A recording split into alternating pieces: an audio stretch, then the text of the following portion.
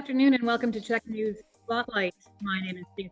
Very glad you're here with us this afternoon. We are talking about connecting Cascadia, and our special guests this afternoon are Brandon Lee. Brandon is the Consul General of Canada in Seattle, and Victoria Mayor Lisa Helps. Thanks so much, both of you, for being with us this afternoon.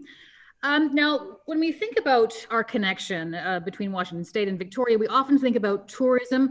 We think about the Clipper and the Coho and plane travel, but of course that doesn't exist anymore in this time of the pandemic. So let's talk about what other economic opportunities there are between our two communities along this great Cascadia ocean front, and how important that is now more than ever. Brandon, if you wouldn't mind, let's start with you.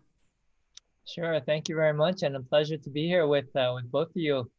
I guess speaking very broadly, the future. There was a session this week discussing this, but the future, we look towards this thing called mega regions, where we look at with the emergence of the digital economy, seeing the regions that will power the future global economy.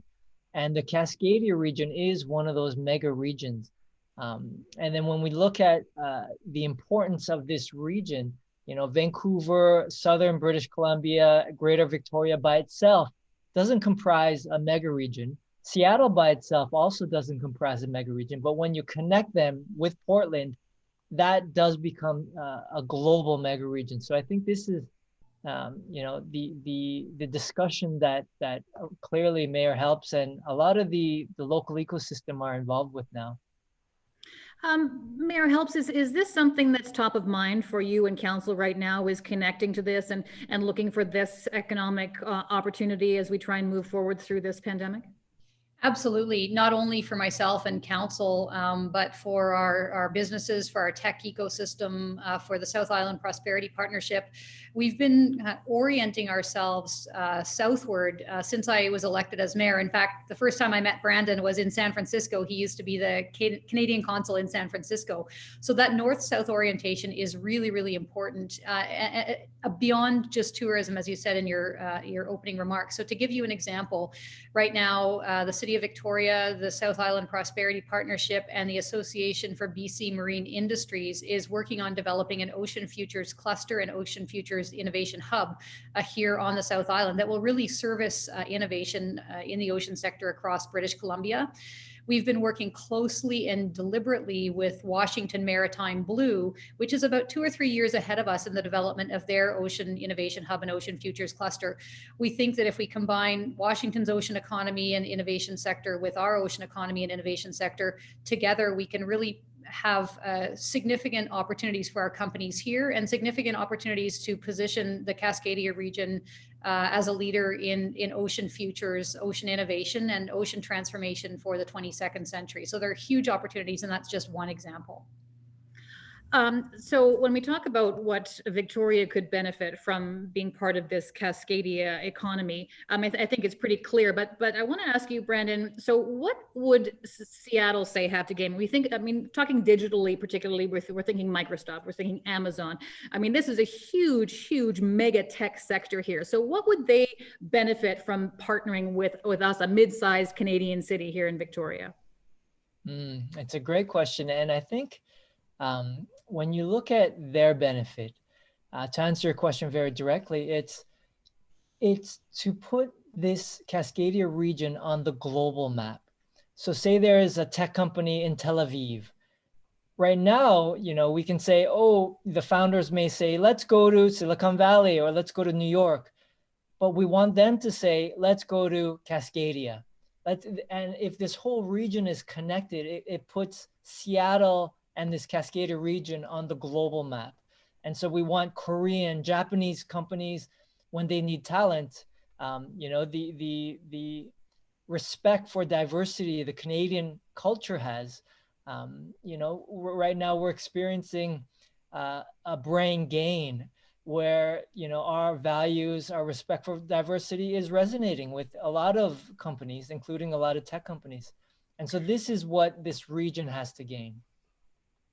Mayor Helps, do you think that the COVID-19 has put Victoria in a different place? Has it offered any new opportunities globally for Victoria? Absolutely. So every 2 weeks, I have a call with our business leaders, 11 o'clock on Tuesdays. We've been doing it since the beginning of COVID. So I've just come off that call, and we were having a conversation, particularly with the Urban Development Institute and others, weighing in and saying that with the condo development market, with the rental development market, it is not slowing down. There are buildings that are being pre-sold before they even break ground here, because we've done such a good job managing the pandemic, because we only have 41 active cases on Vancouver Island right now. That is a very attractive prospect if you want to move your family here, grow a business here, invest capital here. So I think, right now there's the Atlantic bubble, as it's being called, on the East Coast. And my hope is that people start talking about the Vancouver Island bubble. It means we've got to do our work here to keep our cases low, but there's absolutely an advantage to the way that we've handled the pandemic. And I think there's an advantage, obviously, because the health of our residents is important, but I think, and Brandon can weigh in, I think there's a longer term economic advantage as well. So Brandon, why don't you go ahead and weigh in on that, and what kind of new opportunities have presented themselves as a result of COVID-19? Well, absolutely. Well, I think if we, of course, the pandemic has created great suffering, both through people affected personally, their health and the deaths, but also economically. But one thing that we've seen is that it's given us an opportunity to rethink some things. Like, for example, I recall pre-COVID, people living with disabilities, the number of employers and managers I heard saying, well, working from home, I don't know if it'll work so well. And these kinds of concepts that we held, clearly this is not the case. And when we look at the metrics we've seen, people are more productive. We have to rethink probably every single thing. And that's one thing I wanted to pivot maybe, is a lot of the innovation economy. We speak about tech, but clearly there are non-traditional tech industries, even softwood lumber to energy, even, our senior old age sectors. But every sector has an opportunity to engage in the innovation economy. So I think this is the opportunity that this is bringing to us.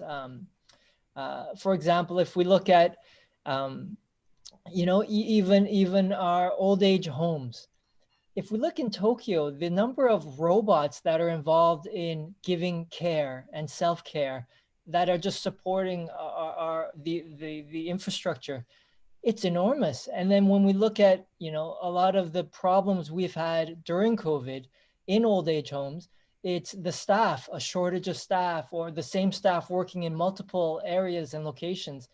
So in every sector, we have opportunity to really innovate and be open-minded and work together as a community. Now, Mayor Helps, you talked about our oceans network and making that connection with our Cascadia friends south of the border. What other kinds of things are you thinking about and are working on to make that connection? Well, I think the fact that Rising Economy Week is co-hosted with PNWER, which is the Pacific Northwest Economic Region. Now that goes a little bit farther outside of Cascadia, but this very week is a manifestation of a shared commitment to co-develop our economies for the future. So, when you gather people together, whether it's on Zoom or in an actual room, I'd be curious for Emily and the folks at SIP to track what kinds of deals have come out of this week, what kinds of relationships have come out of this week, what kinds of groundwork has been laid during this week. Building on what Brandon said, if you can work from anywhere, there's nothing stopping people from living in Victoria and working in Seattle-based companies. The point was made yesterday during that Cascadia panel, which focused a little bit heavily on Vancouver, but because it was talking about the big picture, the point was made that Victoria is closer to Seattle than Vancouver is. So I think there's really a lot of shared opportunity that will come out of this week and come out of the relationships that are built. And when I say opportunity, I mean economic opportunity for Victoria companies to grow, to export, to innovate, and likewise for Seattle and Portland companies as well.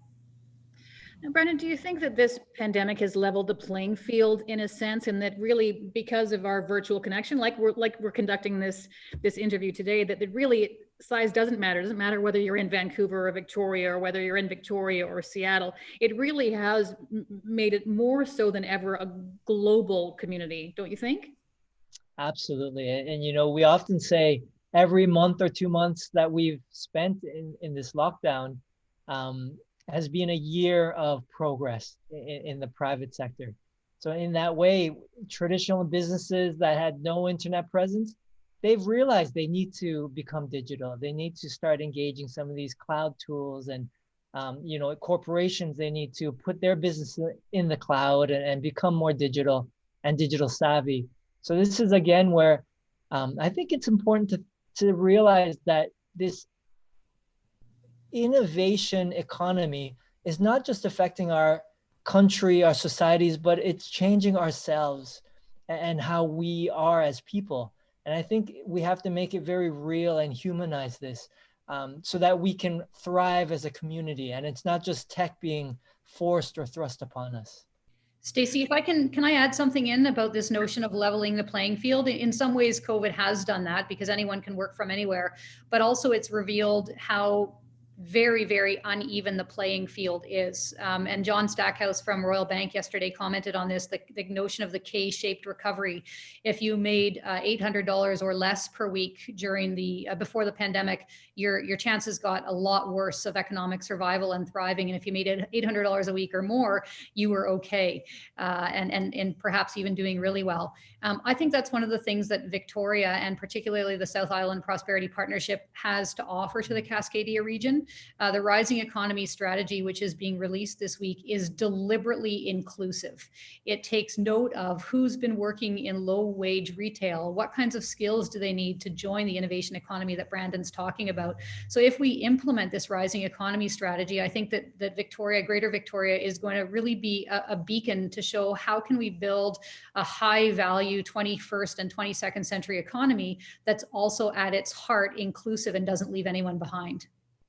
I'm so glad you brought that up, because that was going to be my next question to you. And it does level the playing field for the privileged among us who can afford the technology and who have a computer at home and who have internet connection and Wi-Fi and all those wonderful things that so many of us take for granted. Is that, do you think, Mayor Helps, the biggest challenge going forward, is making sure that we provide as many people we can the opportunity to embrace this new reality that we're faced with? Absolutely. And again, going back to John Stackhouse's talk yesterday, one of my questions to him in the Q&A period was, what can we do to close the gap on the K-shaped recovery to make that bottom line a little bit closer to the top line? And one of the things that he said, which was quite interesting, and you've pointed to it as well, is access. Access to internet, access to training, access to skills, access to employment. And again, you know, I don't know if it was him or someone else said that we don't necessarily want someone who's been laid off from the hotel sector or the retail sector to just become an Uber driver. That's a low value job to a low value job. What we want to do is get that person or those people into micro credentialing programs through UVic, Royal Roads, and Camosun to get them upskilled as quickly as possible so they can have a better chance for themselves and their family in this new economy that's emerging very, very quickly. I'd like to just read a question that we just got sent, and I'll address this to you, Brandon. Do you believe the ease of obtaining a work visa for professionals and students, interns, will be easier in the future, allowing skilled workers to cross the border on both sides more easily? Well, it's a great question. And I believe that, in fact, we have many very intelligent, smart people looking at this right now. So the future of our economy depends on talent. We know this, and for us to be competitive, we have to be globally competitive to allow you know, us and our businesses to source from around the world. So in this way, I believe we are looking at many things, and I personally have seen a few pilots and proposals that are very exciting. So stay tuned, but I do believe that this is a direction we have to move, in fact.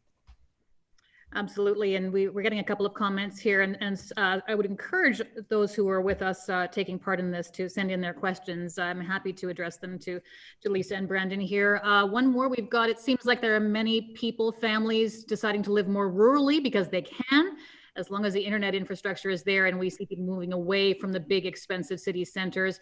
Very exciting times for remote, globally focused entrepreneurs. Absolutely true. Not so great for those businesses who rely on a certain population to be working and living in our big centers. Brandon, you want to take a shot at that one?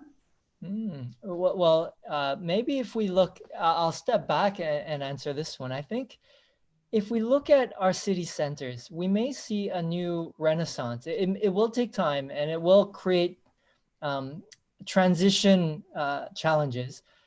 But if city center, if people, the more traditional workforces do go more rural, then maybe our downtown cores can then be much more like we saw in the 60s and 70s, where they're artists, where some people, the musical, the creative class can then come back downtown, and we can have much more of a cultural scene downtown, where people who wish to raise families and our professionals move more rural. So I think we may see a rebalancing, in fact, in the years to come.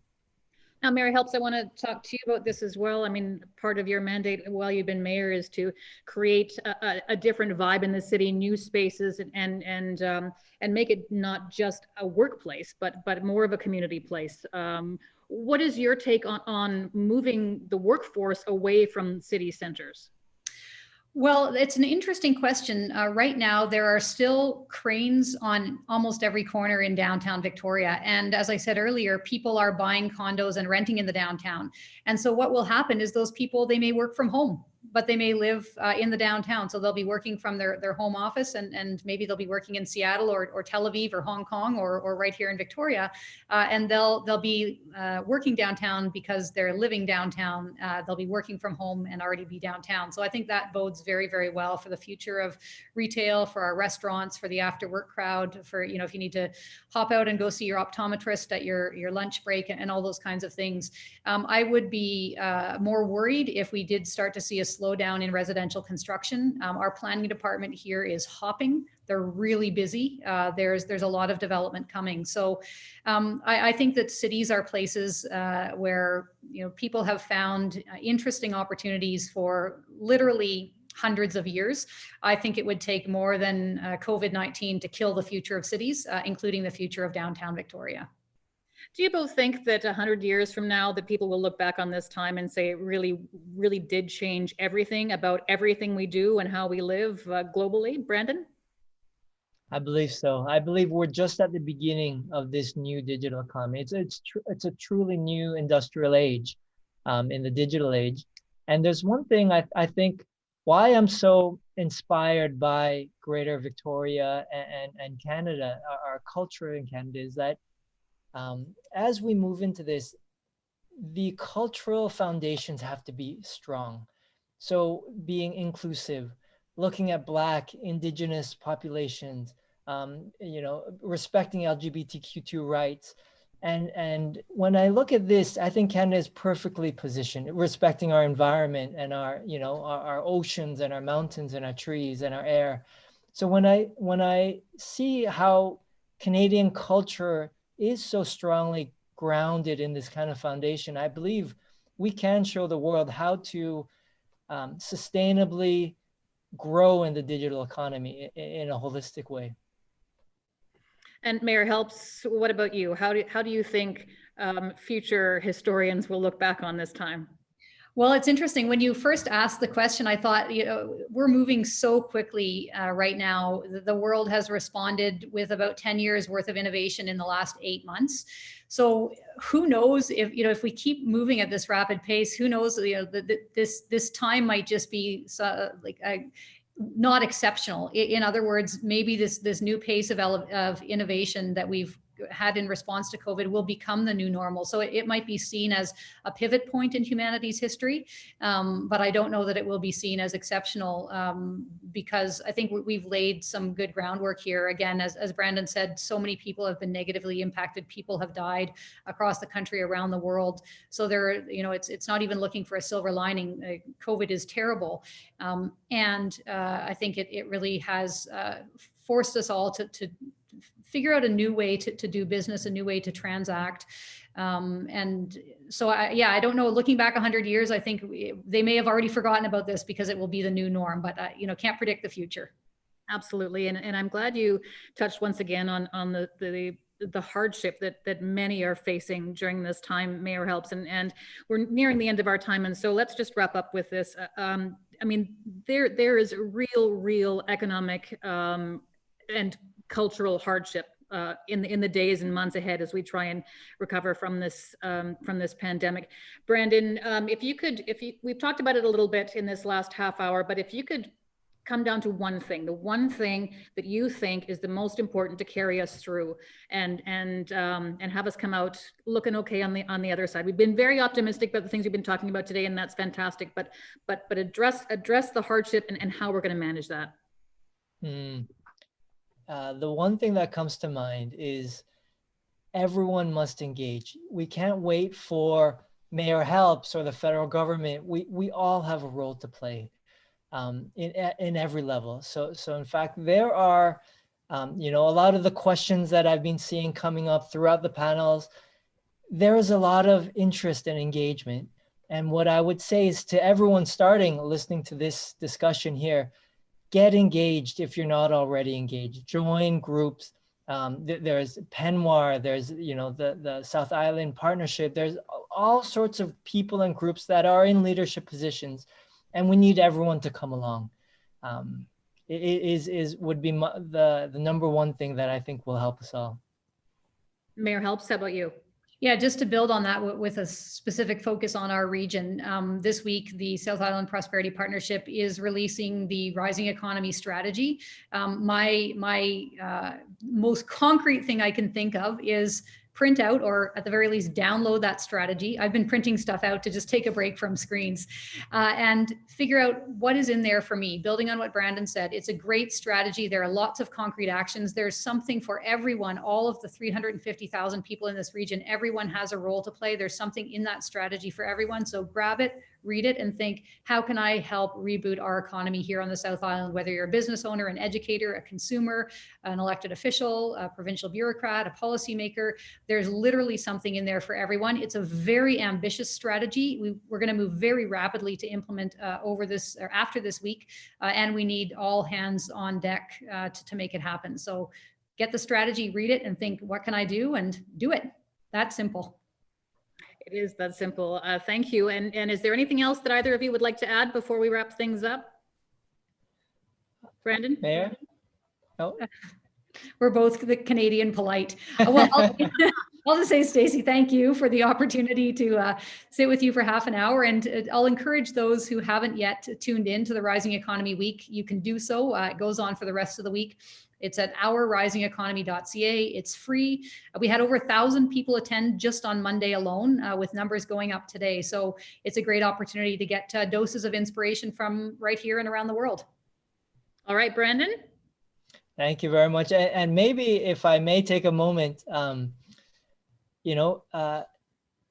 think we all don't know what the next 20 years will bring. And we're all very eagerly engaged in these discussions. But if we can take some indigenous wisdom, I believe, I'm sure many indigenous cultures have this, but the Iroquois, they believe in planning for 7 generations. And if we think of a generation about 25 years, their planning cycle is to have a 175-year vision. So in this way, I think we should not be intimidated, but to have a mature conversation and move together as we build the future digital economy.